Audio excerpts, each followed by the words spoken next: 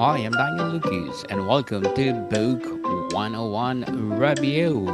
Book 101 is all about the books that I read for the last 40 years. And today I have my special guest. She's offering her debut novel, Anagram Destiny, no other than Miss Grishma Shah. Hi everyone, I'm Grishma Shah. As Daniel said, I am a professor by day. I am a global advocate. I do a lot of global development work, and Anagram Destiny is my debut novel. It just came out a couple of months ago, and I'm excited to talk about it with Daniel. Yes. And Miss Grishma, thank you so much for sharing your talents to the world. Thank you so much.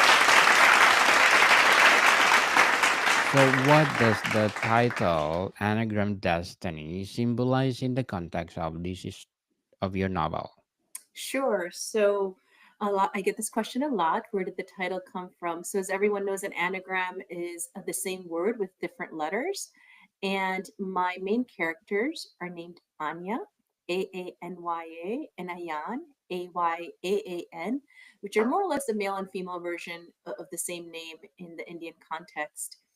And they both mean different things. So, Anya means an exhaustible, and Ayan means a gift to God. And so Anagram Destiny in very many ways is their story.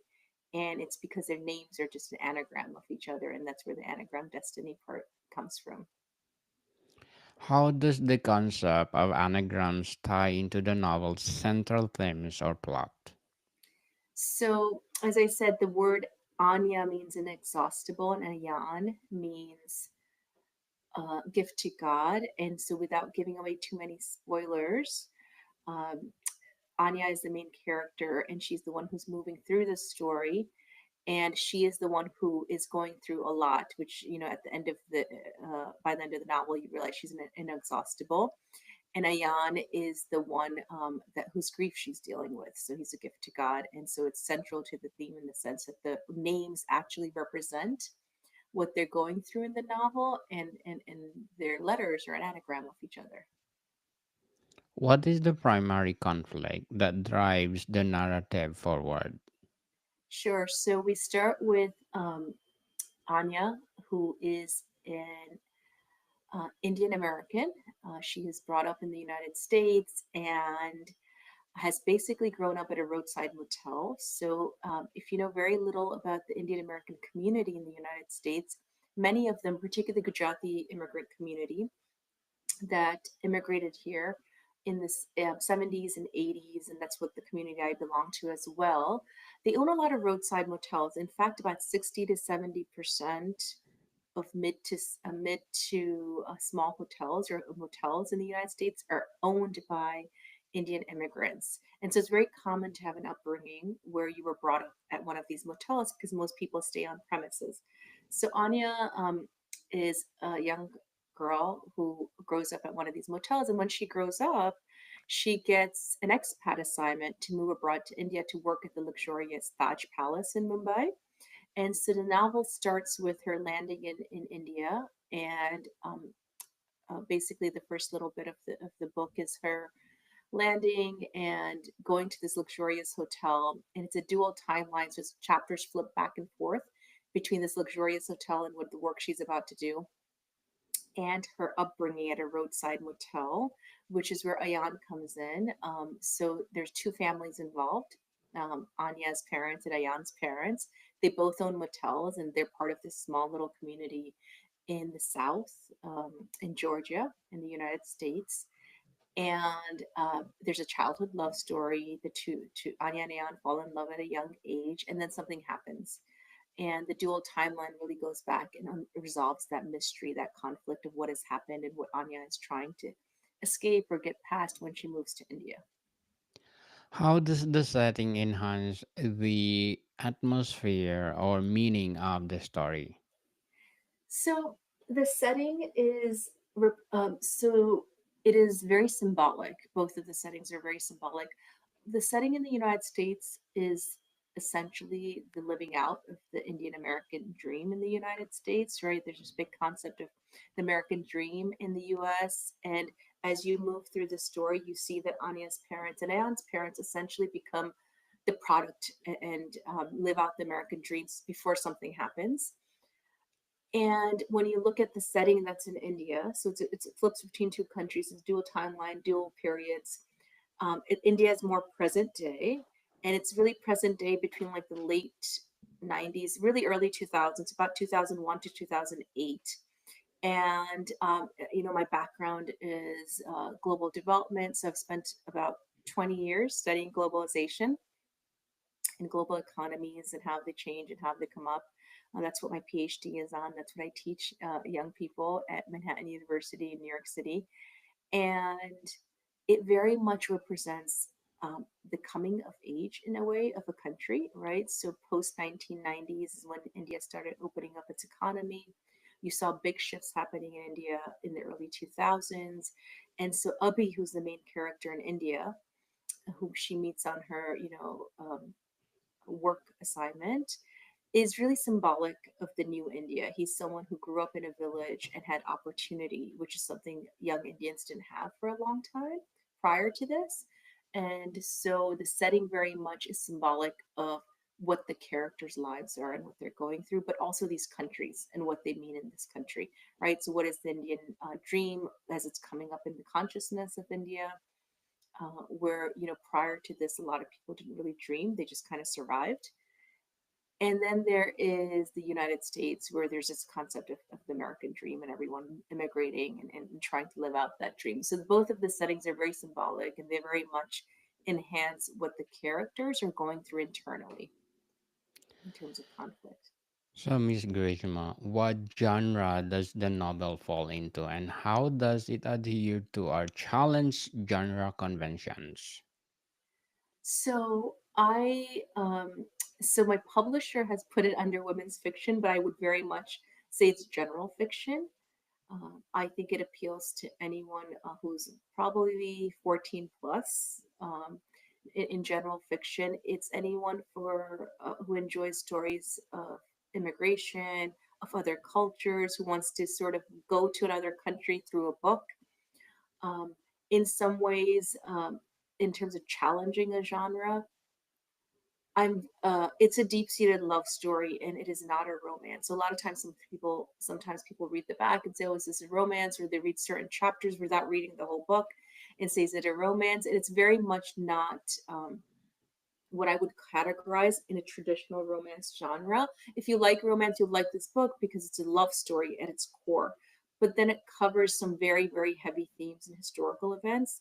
So I would say some people would even put it into historical fiction because it does, over this time period, cover a couple of major historical events that affect the main characters. So, general fiction, historical fiction, a bit of a love story in there for everyone who likes a plot of that as well. Who is the protagonist, and what motivates their actions throughout the story? So, the protagonist is Anya, and I would say the antagonist really is her grief and what she's going through, right? And that's what she's trying to get over. She's the one who's moving through the story. Really, she tells everyone around her the external conflict is that, she's tired of her work and so she's going to move to India. But we all know the real internal conflict is that she's tired of her life in New York and what happened in New York to her and Ayan. And so she's trying to find an escape to another country. And really, the external conflict you're seeing is her working through this work environment, and the internal conflict very much is her trying to get over what happened to Ayan and how she feels responsible, like how she feels guilty very much for what happened to Ayan. Very well said. Miss Grishma, very well said. So, how does the protagonist's journey intersect with the idea of destiny? So I think the destiny part really comes with what her name is. So her name means Anya means inexhaustible. And so when you go through a lot of people will like tell you that I put them through a lot in this book. It's a book that is very emotionally charged book, and the person who's going through all these emotions is Anya, right? So by the end of it, if you go through her journey with her and you go through this loss and this grief and this recovery with her, over time you realize how much of a destiny the name is, right? And then the Ayan name of it is very much about he's a gift to God. I don't think I'm giving away a spoiler by saying that he does pass away at some point in the book, but I'm not going to tell you how he passes away because that's part of the mystery. Um, and so that's the destiny part. There is a third character who's involved. His name is Abhi. His full name is Abhimanyu, and he's really the new person in India that she meets, who helps her um, get over some of this grief. But much more importantly, Abhi is supposed to represent the new India. He's symbolic of someone who's come up in the age of globalization and is really beginning to succeed because the times are changing in India and there's opportunity that was not there before. How does the novel explore the concept of fate versus free will? I think it's mostly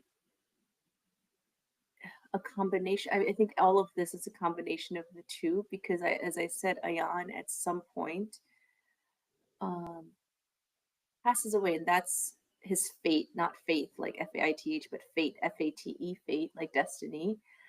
And in essence, Anya is the one who has to keep the faith.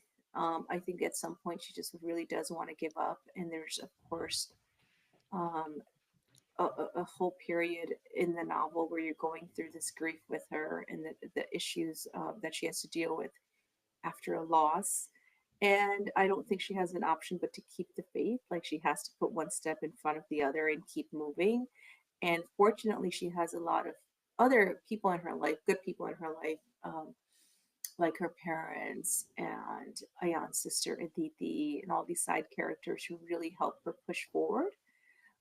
I think it's a really good read for anyone looking for a historical context novel with a lot of faith, a lot of hope, that really puts you in the center of major events and how they affected people in two different countries, really. So, Ms. Grishma, what role does language or world play in the story deeper meaning?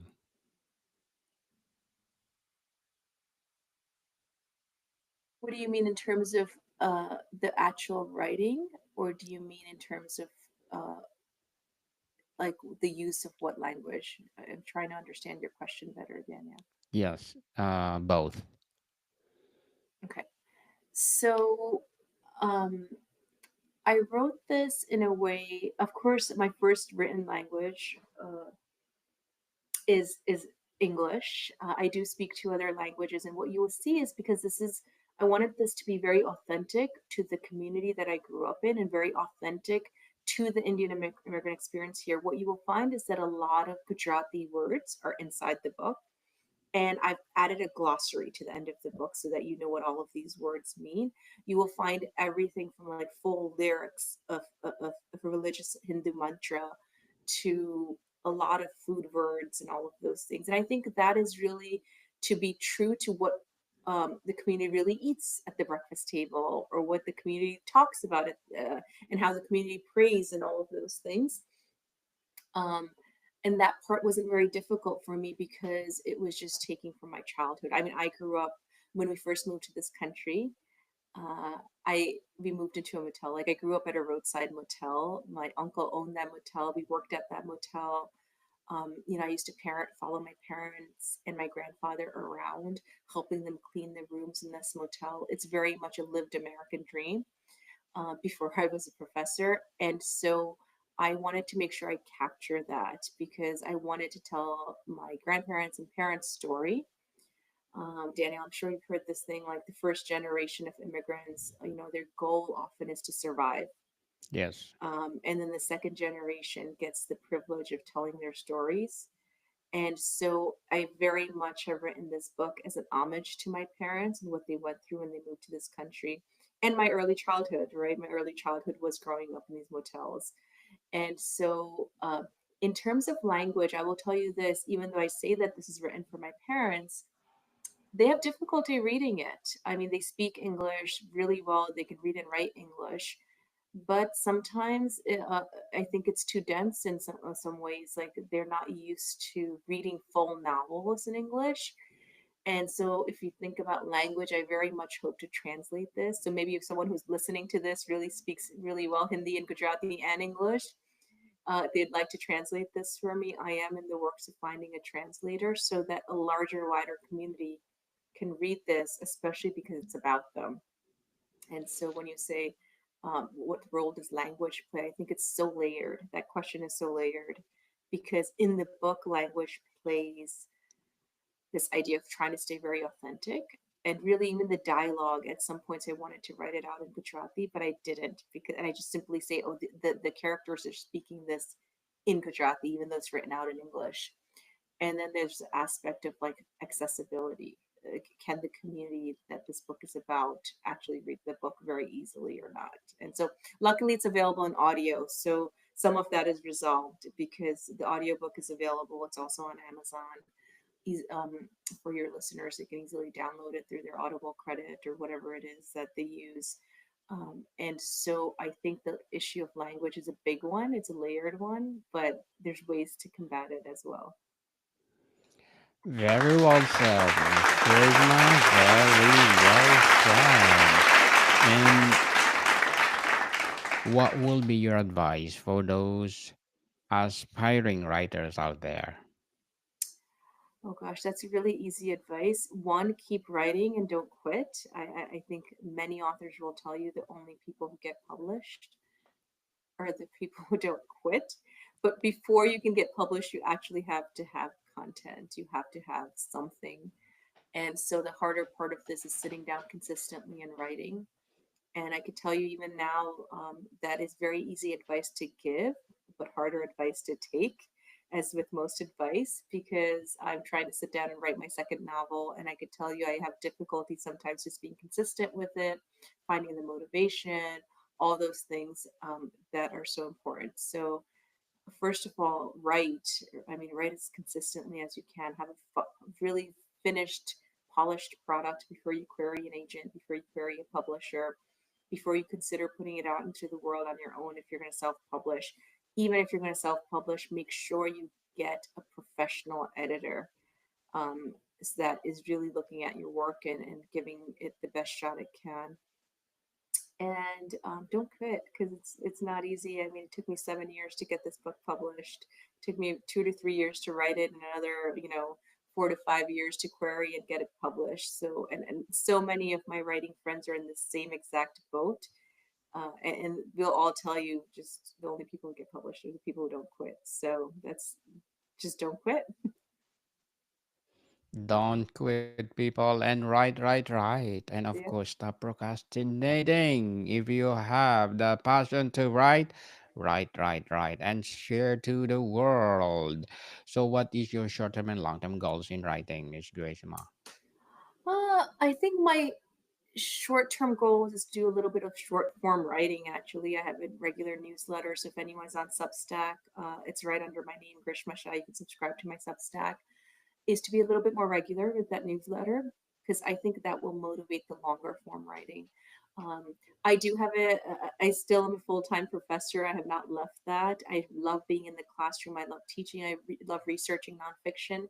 I do a lot of nonfiction writing and publishing, so you can look up my professional website. Also, I teach at Manhattan University in New York. You could just type my name in that and you'll find all my articles. And so it's a little bit of everything. It's research and writing nonfiction, getting that newsletter out more regularly, and hopefully getting that second novel written, even if it takes a few years, is just to make sure that long term there's something else out there. Yes, good luck to your goals, Miss Grisma, and looking forward for more empowering books like this. So, to sum up our discussion, how does the novel have a satisfying conclusion or does it leave a questions unanswered? Oh goodness, no, it does not leave any questions unanswered. To be honest, it has a happy ending. I was very adamant because not Anya herself goes through a tremendous amount of hardship in the book. I think the one comment or feedback I've gotten very regularly is that this novel made them tear up or cry. So if you're looking for a good cry, you're looking for a really emotionally charged book, this is probably it. But also the other thing I've gotten consistently is thank goodness that towards the end there was a happy ending, that there was recovery, there was hope, that she got past the grief. And so it's very satisfying in that I could do that spoiler for you. Like there is a happy ending in the sense that no, the grief doesn't go away, the trauma doesn't go away, but there's hope at the end of the book. Yeah. Yes, yes, yes. Miss Grishma, again, thank you so much for sharing your talents to the world. And can you please invite our listeners to support Anagram Destiny? Yeah. Thank you everyone for tuning in, for listening. Thanks Daniel for inviting me. And my website is shagrishma.com, just like my name is on the screen. So please check it out. It's available everywhere books are sold.